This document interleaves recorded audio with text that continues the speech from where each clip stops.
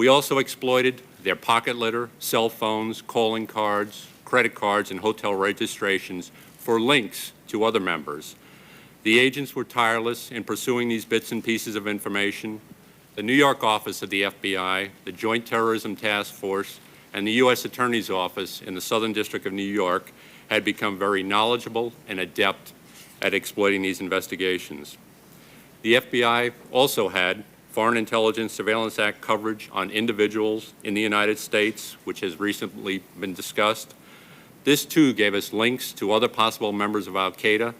These investigations and coverages were the direct result of FBI investigations, as well as coming from the United States and foreign intelligence communities.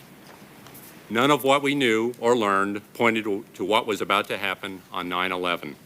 To the contrary, all of these steps were not enough given what we had learned about the 19 hijackers since September 11th. The plot was hatched probably in Afghanistan, it was honed in Germany, and was financed in the Middle East. Each of the hijackers was selected to ensure that he could come and go into the United States without attracting attention, not a difficult thing to do with our open and overwhelmed borders. They did not receive support knowingly from anyone in the United States, nor did they contact known al-Qaeda sympathizers in the United States. They utilized publicly accessible internet connections, prepaid calling cards to communicate and to escape detection by U.S. authorities. These 19 acted flawlessly in their planning and execution. They successfully exploited every weakness from our borders to our cockpit doors. The intelligence community has limited flexibility in redistributing resources in response to crisis.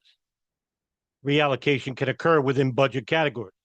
For example, operational activities relating to both the foreign country and counterterrorism may fall into agent operations or analysis, and trade-offs between them are easier to make. According to a senior community management staff budget official, there is considerable latitude in reallocating small sums to what counts as small varies across agencies. To reallocate larger amounts, approval must be obtained from the Congressional Intelligence Committees. According to the CMS budget official, CMS tries to influence the budget and agency spending, but has limited authority. CMS tries to use a bully pulpit to take matters up with the DCI when intelligence components do not comply with CMS directives. CMS also has some leverage in these matters because of its influence over budget proposals. However, CMS exerts only limited control over the expenditure process. Unlike agencies' comptrollers, CMS cannot withhold money from agencies that do not comply with its directives. Agencies may also appeal to the DCI to overturn CMS guidance or inform congressional staff about their dissatisfaction.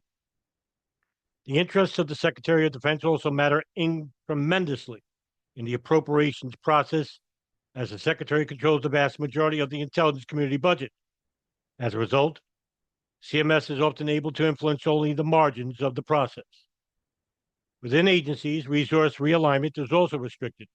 According to the CIA's budget director, resources cannot be taken out of programs that OMB and Congress have fenced, dedicated for only specified activities. National Security Council mandated program money is always fenced. To move fenced money, Budget Office must negotiate with the Congress, CMS, OMB, and others. In addition, personnel services funds cannot be reallocated to pay for non-personnel services costs. In light of these limits, there have been a call for increasing the budget authority of the intelligence community managers. For instance, former National Security Advisor Sandy Berger testified, "I believe in strengthening the DCI's program to plan, program, and budget for intelligence collection, analysis, and dissemination will permit much more effective integration of our intelligence priorities and efforts, including better concentration on counterterrorism."